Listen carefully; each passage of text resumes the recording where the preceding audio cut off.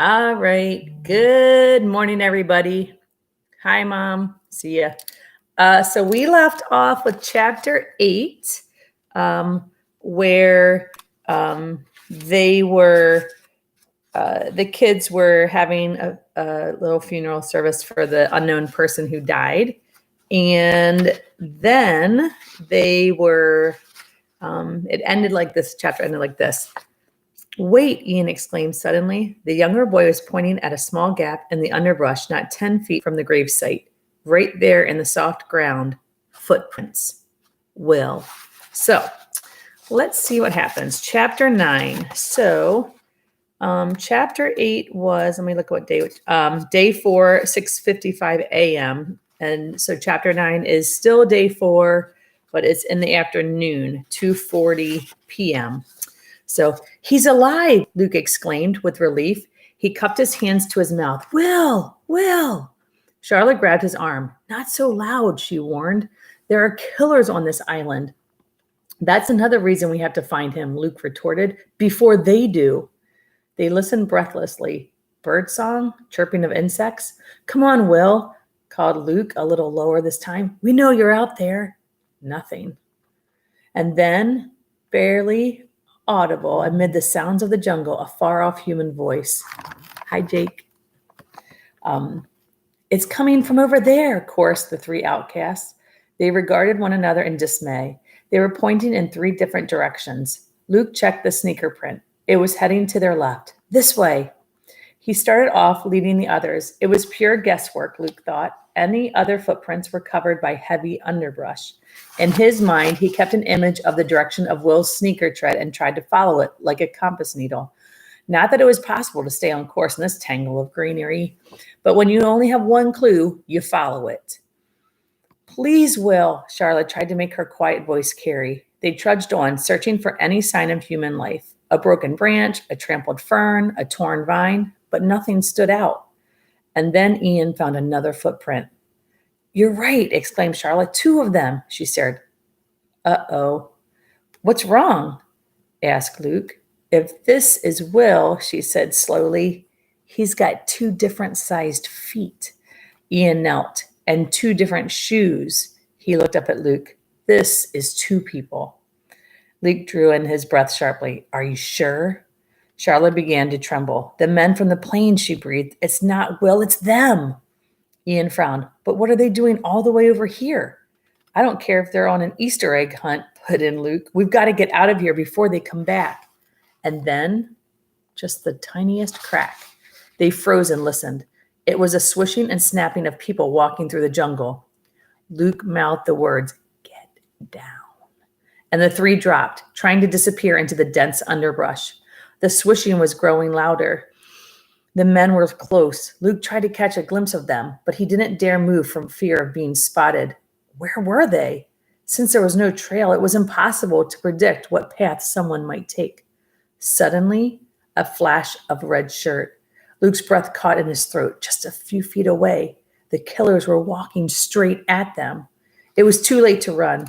Luke rolled to his right in a desperate attempt to avoid the stepping foot. Horrified, he felt the sneaker catch him on the shoulder. Hey, came a voice above him. A split second later, the figure was tumbling into the underbrush behind him. The jig was up. They were caught. Luke didn't think. He just reacted. In a single motion, he grabbed a rock and jumped upright, aiming at the back of the intruder's blonde head. One move and you're dead, he hissed. Ian picked up the sunglasses that had fallen off the prisoner as he tripped. They were strangely familiar, sleek and silver, designer frames. He flashed Luke the earpiece.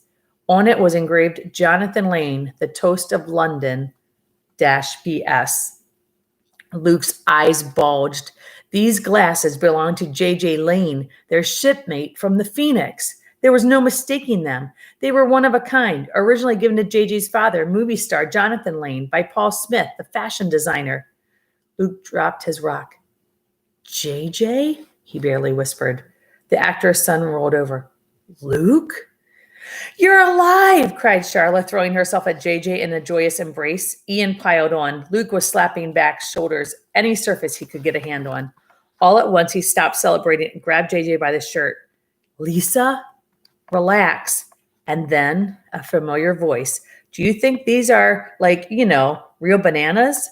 Lisa Greenfield stepped into view, a bunch of finger bananas in her arms. She gaped at the four of them rolling around the underbrush. Dumbstruck, she grappled for words. But you're dead, she gasped finally. You're dead, Luke shot back, laughing with relief. Man, what happened to you guys? Asked JJ. You look like coal miners. It took Lisa a few seconds to do a head count and realize who was missing. Where's my brother? Don't panic, Charlotte said quickly. He's not dead. At least he wasn't 3 days ago. Why isn't he with you? She demanded, her voice shrill.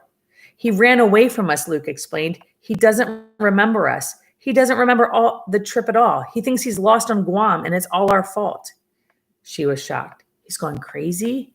Amnesia, Ian supplied. He's lost his memory?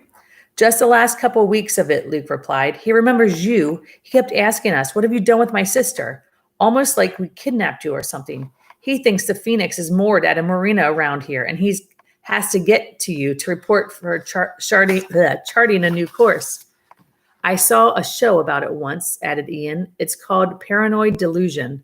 We've got to find him, Lisa said urgently. I can make him remember.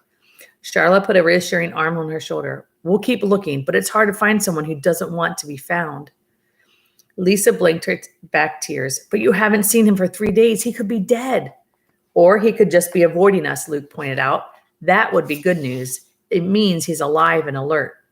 Can he really survive all by himself on this island? She asked dubiously. Luke spread his arms wide. Can we? He has what we have, which is pretty much nothing, except the supplies on the lifeboat, put in JJ. Lifeboat? Charlotte repeated. The inflatable raft, JJ explained. That's how we got away when the boat sank. It's still in the little cove where we washed ashore. We've been living in it. How did you guys get here? Asked Lisa. On a piece of cabin top the size of a postage stamp, Charlotte explained. One of us had to hang over the side or we'd capsize. You were lucky. Hey, the actor's son interrupted sharply. I could be in LA right now, surrounded by fast cars, hot tubs, and chicks. Don't lecture me on how I haven't suffered enough. No fighting, ordered Luke. We're all in this together, right? We're scared, we're worried about Will, and we're all sick of coconuts and bananas. JJ and Lisa looked completely blank. Maybe you've been eating durians, put in Ian. They're hungry, not crazy, Charlotte mumbled distastefully. We've been eating what's in the boat, said Lisa. You know, the freeze-dried survival meals, chicken and mashed potatoes, beef stew, chili. Luke looked so genuinely ravenous that even Lisa had to laugh. Put your tongue back in your head. We've only got one left, mac and cheese. That's why we're out in the jungle looking for food.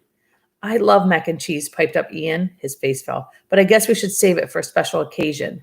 JJ stared at him. Special occasion? We're in the middle of nowhere. Remember how nowhere we are on the boat? Well, that was the Sunset Strip compared to here. What special occasions are we going to have? National Cockroach the size of Volkswagen Day? Luke was thoughtful. How about raft moving day? The lifeboat is too easy to spot out on the beach. We should move it to the cover of the trees. But being spotted is the whole point, argued Lisa. How are we going to get rescued if nobody can see us? Solemnly, Luke filled in the newcomers about the murder they'd witnessed and the body that had washed up on the beach. It's a real jam, he finished. If rescuers don't find us, we'll die here. But if we make ourselves visible enough to get rescued, these guys will spot us first and they'll kill us. Will, Lisa said nervously. They'd kill him too. And he probably doesn't even know they're out there. JJ spoke up. Doesn't anybody else think this is kind of fishy? The boat sinks. We're stranded. Murderers on the island. I mean, whose luck is this bad? It even happens to rich people, Charlotte told him resentfully. It's fake, JJ scoffed. I say we're still on charting a new course, and all this happened to us on purpose. The boat sank because it was supposed to sink. You know, a trick boat. The special effect guys who work on my dad's movies, they can rig something like that in a heartbeat. Everybody groaned. This had been JJ's theory from the beginning. The whole point of the trip is to make us forget what a bunch of losers we are and force us to work as a team, he went on. Well, it's happening. These so-called criminals, they could be actors hired by the CNC. They're just another test for us, and we're falling for it. Man, We're performing like a bunch of trained SEALs. You're disgusting, J.J. Lane, Lisa snapped at him. My poor brother could be dying this minute. There's even more evidence that I'm right, J.J. That's even more evidence that I'm right, J.J. interrupted. Will got a little too messed up, so they stepped in and scooped him up out of the game. He's probably watching us on hidden camera right now, eating a steak and laughing his butt off. That was a real murder we saw, Luke said darkly, and it was definitely a real body, a real dead body. JJ shrugged. When my dad was doing this horror flick, he once brought home a fake dismembered hand from the prop room. It looked so real that my stepmom, number 3, she practically had a heart attack. You know, it almost doesn't matter, Ian said thoughtfully. Whether it's a setup or not, we're still shipwrecked and we have to survive. Except CNC won't let us die, JJ reminded him. There are exactly 2 reasons why we're not dead, said Luke grimly. Dumb luck and coconuts. And the luck ran out when that plane landed. It doesn't get any scarier than this. All right, chapter 10. Day 4, 5:25. Voices. Will reacted immediately. He snatched up his bow and a handful of arrows. He could hear the swish and crackle of legs making their way through the heavy underbrush. They were coming to get him. And they were close. He made a move to put out the campfire and froze. That fire was the only thing that kept the bugs away at night. His mosquito bite bodysuit was finally starting to recede. The churning itch had become almost bearable. He could even open his eyes all the way now, although the silvery mist was still there and the headaches were worse than ever. How could he willingly feed himself to squadrons of 100 insects? There must be some way. He jammed the arrows in his back pocket and slung the bow over his shoulder. Then he picked up a sturdy twig and held it to the fire. The voices were getting louder. From the babble, he made out a single word, Phoenix. They were talking about the boat. His new torch blazing in his hand, he stomped out the fire and kicked a mass of vines and dead leaves to cover the evidence. Then he squeezed himself into a dense stand of ferns and peered out. It was the little kid, the one who called himself Ian. His companion was a tall boy Will hadn't seen before. The newcomer was laughing. I swim to the life raft and climb inside, and then it hits me. I forgot to untie the line. The boat's sinking, and I'm still attached to it. So I'm hanging over the side, trying to chew through that rope with my teeth, which isn't easy because it's on fire. Will frowned. More lies about the shipwreck? But why tell them to each other? He froze. Did they suspect he was listening? That made no sense. They'd come get him if they knew where he was. Why were they talking about a disaster that never happened? Wasn't there a knife in the survival kit? Ian was asking. Yeah, but who's got time to look for it? The elder boy exclaimed. I'm chewing for my life. Then the phoenix starts down and I'm thinking, that's it. I'm dead. And poof, the rope burns through and I'm free. These CNC guys, when they scare you, they don't mess around. It seems pretty far-fetched that they could be behind all this, Ian said. You'll see, we're wasting our time. Will's not on the island anymore. He's probably in some hotel room, living large. Hotel room? What was he talking about? As Will watched the blonde boy, in a flash, he knew with absolute certainty something he couldn't possibly have known. It was a message engraved on the earpieces of the kid's sunglasses. The Toast of London. The Toast of London? He was taken aback. Where would he get a crazy idea like that? This was a total stranger, and yet the feeling was so vivid, Will could almost see the words imprinted in the fancy metal. Impossible. And yet it wouldn't be weird. It wouldn't be the weirdest thing that happened to him in the last few days. Was he losing his mind? And then he heard a word that had been very much in his thoughts lately. Lisa. Yeah, she was already in the water when I found her, the blonde was saying. I'm not sure how she got there. We'll ask her. Ask her? Will stiffened with the pointer. They knew where she was. He struggled to force his sluggish mind to reason it out. He couldn't let them get away. He had to attack. There were 2 of them, but he had his bow and arrow. He would squeeze his sister's whereabouts out of them if it was the last thing he did. If they wouldn't talk, he'd, what, shoot them? He'd never have the guts. He thrummed the bowstring with his free hands. Yes, I would. This is life and death. I shot that boar and I'll shoot them. The 2 boys were no more than 20 feet away. Will prepared himself to spring. They would never get any closer than this. The moment passed. Will squinted at their receding backs. He took no action. There was a better way. All right. I'm going to read one more chapter. Chapter 11. Day 4, 9:45 p.m. So all still the same day. Luke shone the beam of the flashlight at the survival pack. Just that simple act seemed like a miracle. Only yesterday, the setting of the sun had signified the end of all activity on the island. Darkness was final, total. Now they had artificial light, courtesy of the inflatable raft. While JJ and Ian had searched for Will, Luke and the girls had moved the covered lifeboat from the small cove where it had beached to a spot just inside the trees of the castaways' camp. It wasn't easy to maneuver such a bulky object through heavy jungle. It had to be rolled, carried, squeezed, and sometimes tossed, but it was all worth it when Luke took the cover off the survival pack. We're rich, he breathed. No, this was much better than money. Conveniences. Small aluminum pots, pans, plates, plastic cups and cutlery, compass, knife, lighter, and waterproof matches, first aid kit, fishing line, and hooks. There it was, macaroni and cheese. A hole opened up in his stomach. Fruit could keep them from starving, but this was real food. Big, too. The label read, serves 10. He had an insane desire to bite into the package, straight through the shrink wrap. Ha! The others would kill him, and they'd be right. He set it back in the survival kit. This was their last meal, their safety net. They had to preserve it for when they were really desperate. He hefted the raft's water keg, and it was almost empty, but it would still come in handy. In the coconut shells, the rainwater was almost always evaporated by the time they got around to drinking it. Now they had a reservoir they could use.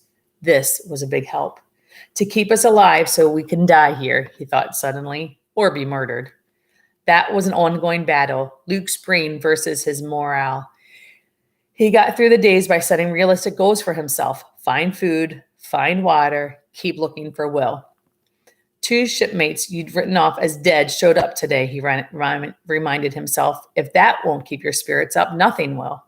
He sighed. These days, survival included winning these arguments with himself.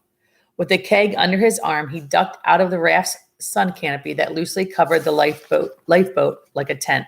The other 4 sat around the fire. The dancing light of the flames played across their faces. It felt unreal, like a movie scene. Luke guessed that he had interrupted a conversation. He picked up a coconut shell, careful not to spill a drop.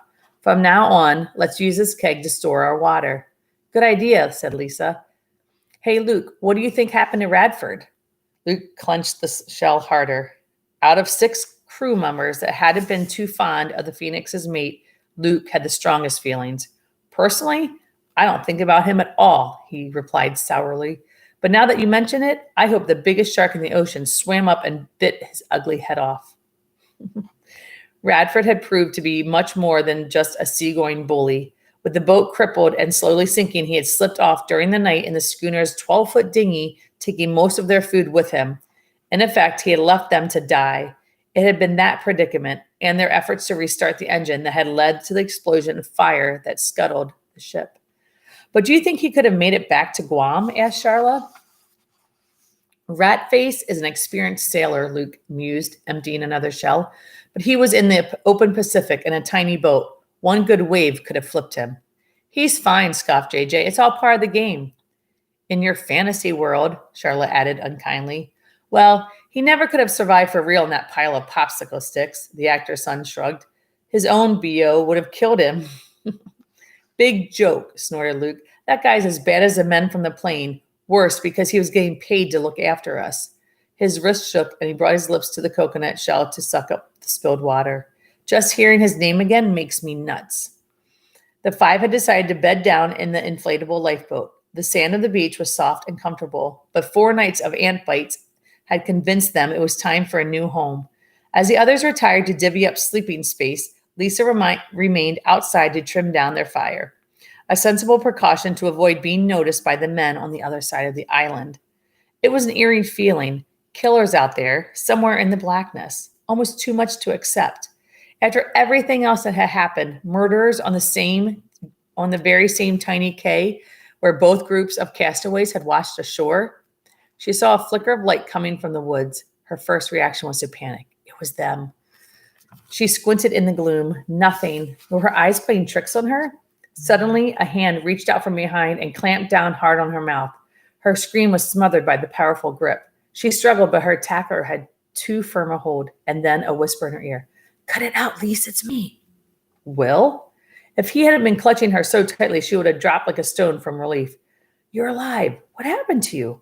Don't you remember the shipwreck? The thoughts darted around in her head, but there was so much to say. But when she opened her mouth, she couldn't speak. Mute, she wheeled and embraced her brother. He resisted for an instant and then wrapped his arms around her. They held each other with an intensity that momentarily canceled out the danger, the horror, the fear. A small part of Lisa, standing strangely distant from herself, noted that this was the first time she could ever remember hugging Will. She found her voice at last. I can't believe it's you. Shh. He stiffened and pulled back. They'll hear us. We've got to get out of here right now. Will, they're our friends. Don't listen to them, Lise, Will warned. Everything they say is a lie. They told me you were dead. They thought I was, Lisa reasoned. I thought the same thing about them after the boat sank, and you too. Clutching his torch, Will backed up a step, wide-eyed with shock. They've got you brainwashed. No. She stopped herself from arguing because for the first time she had gotten a really good look at her brother. He had lost weight. They all had, but it was much more noticeable on the sturdy Will. His hair was matted, his eyes wild, and he had more bug bites than skin. A crude bow was slung over one bony shoulder. He smelled terrible. He was like a savage, she thought in agony. She had no hope of reasoning with him. In fact, she could only think of one way to save him. Luke, she cried, everybody, come quick. Shocked by the betrayal, Luke turned to run. She lunged at him, wrapping her arms around his thin frame.